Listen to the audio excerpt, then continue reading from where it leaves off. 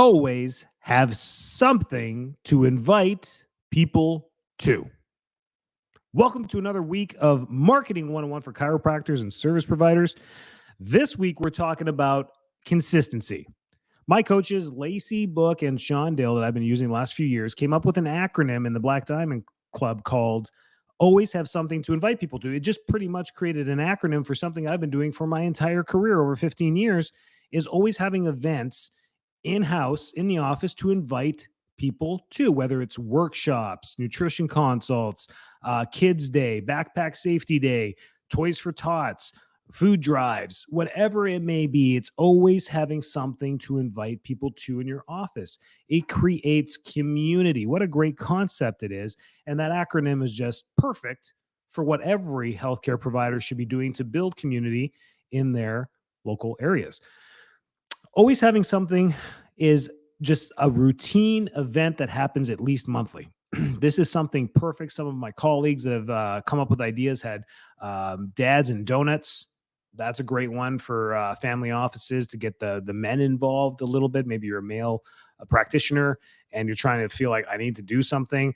Dads and donuts, bourbon nights. I mean, if that's legal where you're at, or if you're even into that, champagne and book clubs, kids play, mom meetups, book exchange, clothing exchange for parents. A lot of great ideas out there, but it becomes a monthly routine thing. Doesn't have to be in your location, but it can be a meetup somewhere that you have something going on all the time. And really what we should walk away with today is building some type of plan, an annual marketing calendar. Here we are rolling into quarter 4 of 2023. It's time to start planning your 2024 marketing calendar. It happens now. We're going into the fourth quarter. It's time to start planning for the next game, right? For the next year. So you have the fourth quarter to do this, but you want to have it implemented not on December 31st because you should be doing something in January. You should have this planned out a year in advance. So for us, the big events that we do, and we need to be a year out because things like our big kids day event, it keeps shifting weekends, but it's always around like April 30th. So it may end up like April 27th or May 4th. We shift it back a little bit because here in Florida, it just starts to get hot. So we do it outside. We got this last year, we got tons of signups. It was a record. Every year keeps growing. So we're going to get 2,000 signups in this April. But by January, we need to be starting to call the fire department. We need to call the sheriff's office. We need to call to get these guys out there because they require a certain time frame to book. So I think it's by February. I have to call the fire department to make sure that we're 90 days out for that event. So you have to plan these big things. You should have one big or two big events each year that draw people. It's almost like a patient appreciation type thing. Your patients know about it. It becomes a thing. And you get everyone involved in your network to come either be a vendor or help one way or another. We use it right in our parking lot. We shut down the parking lot on a Saturday, and we already invite the sheriff and the fire department. So boom, right there, they come out and that works. And then they're also there for security. I mean, they're there. The sheriff is right there. So I got security there. We got paramedic there. We got everything. It's all kosher. And then that's the big one. And then the next big thing we do is like a ladies' night. These are the two biggest. And the reason why we do it all the time is because in the past, we've tried a whole bunch of things. And these are the two home runs that work for us. We've done Easter egg hunts. COVID kind of shot that a little bit, even though 2020 was the biggest Easter egg hunt we've ever done. Imagine that 4 weeks into a pandemic and you being the crazy chiropractor that's telling people, let's get together. We didn't have enough parking. I ran out of eggs. It was a disaster, but it was such a success. It put us on the map. Like, they're like, these guys are crazy. And the 20% of people are like, they're lunatics. We're never going to see them again. And then the other group was like, they are awesome. And they are still our patients, right? So these can be defining moments in your business by being consistent with this stuff. These are just a few examples, but monthly, you should be doing a workshop. You should be doing something like the big premise of what you do and why you do what you do in the office. And as chiropractors, that's a great class to have maybe every week or maybe every other week, depending on how many new patients you get every week, of teaching them how to get better results.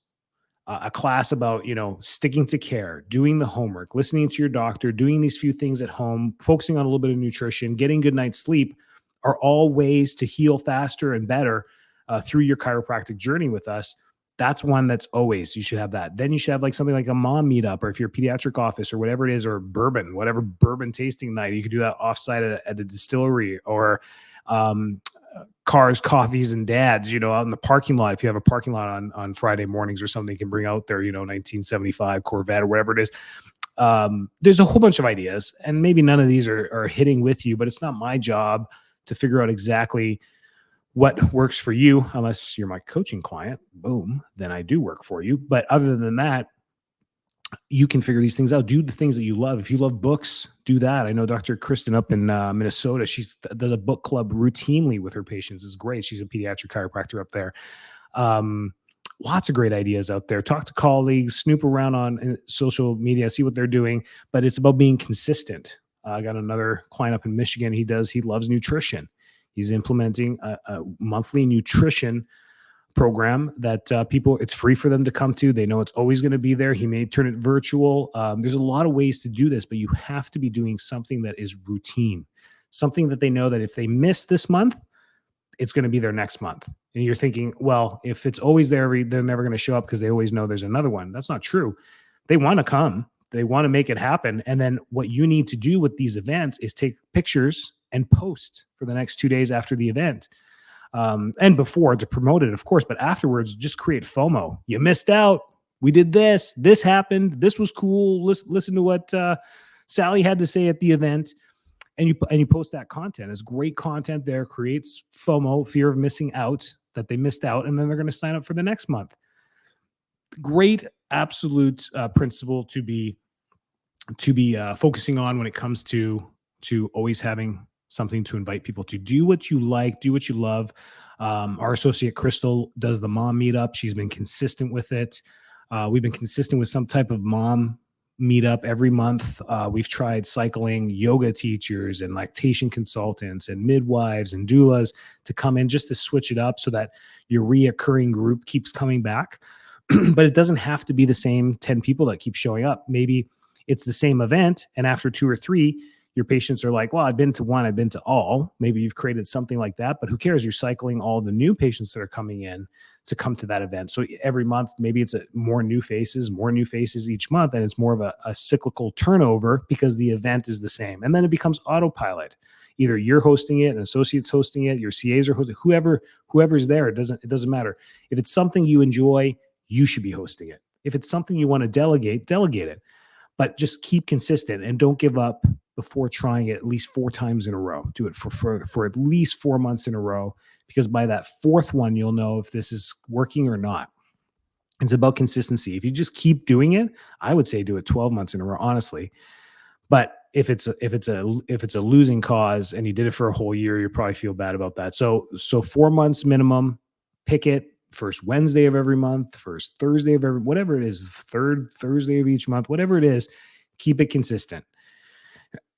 and watch the community build with that. Always having something to invite people to. Maybe having a curriculum that you go through throughout the year, where you go through maybe 4 workshops, one each quarter, on different topics. Maybe you got nutrition, you got fitness, you got detoxing. I remember all the different classes I used to do. The most popular ones were definitely nutrition talks, fitness. If you're talking about fitness, you want to rephrase this a little bit and get people's attention with this.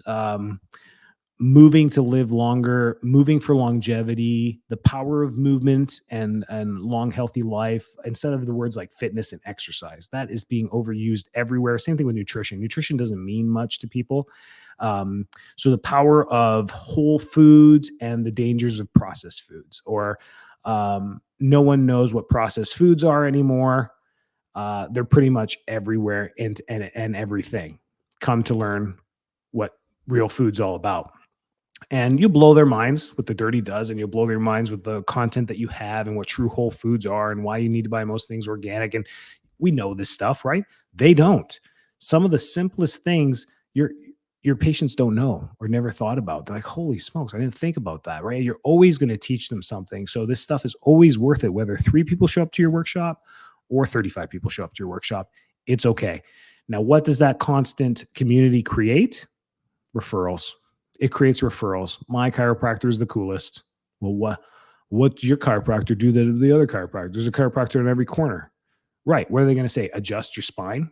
Well, almost all chiropractors do that. So what separates you? It's the community. My chiropractor is the coolest. I drink bourbon with him at the distillery. I have not personally done this one.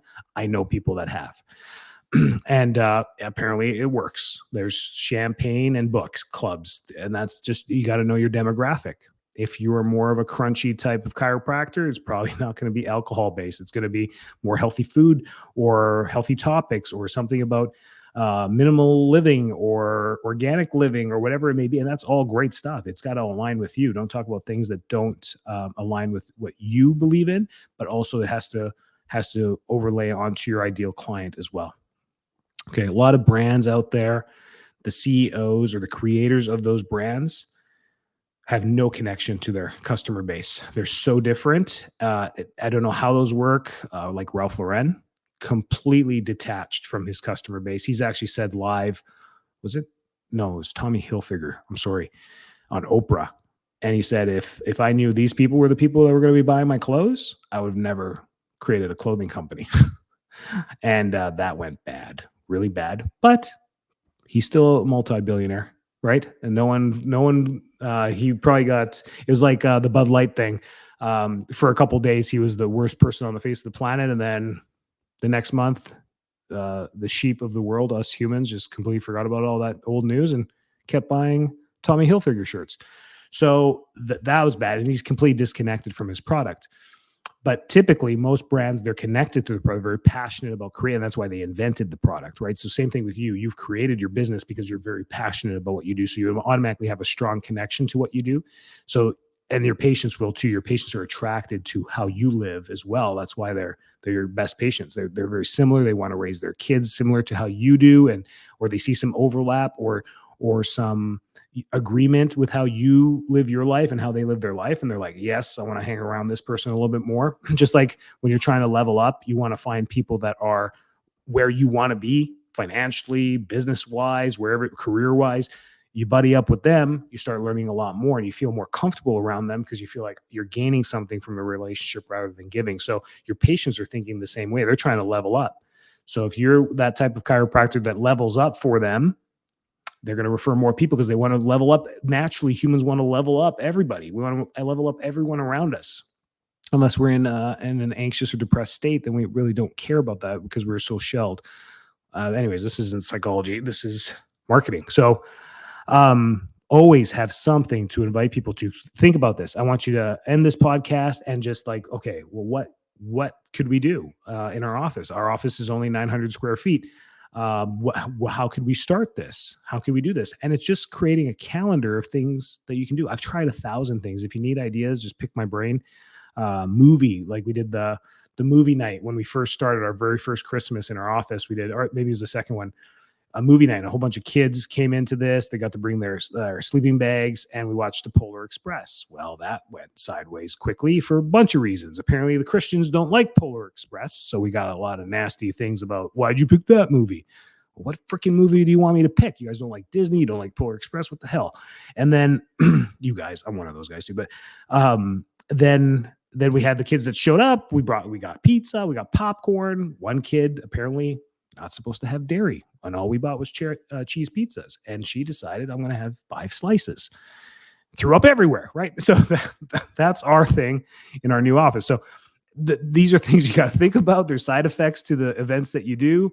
The kids' day scares me every time I'm doing it, just because so many people are there. We're outside, and all it takes is one idiot to trip a kid, or we have the slides, we have the bouncy houses and stuff. Like, all we need is a fractured, tibia, and we're hooped, but we're protected. We have insurance, all that stuff. But again, that's things you have to risk manage for your own anxiety stakes.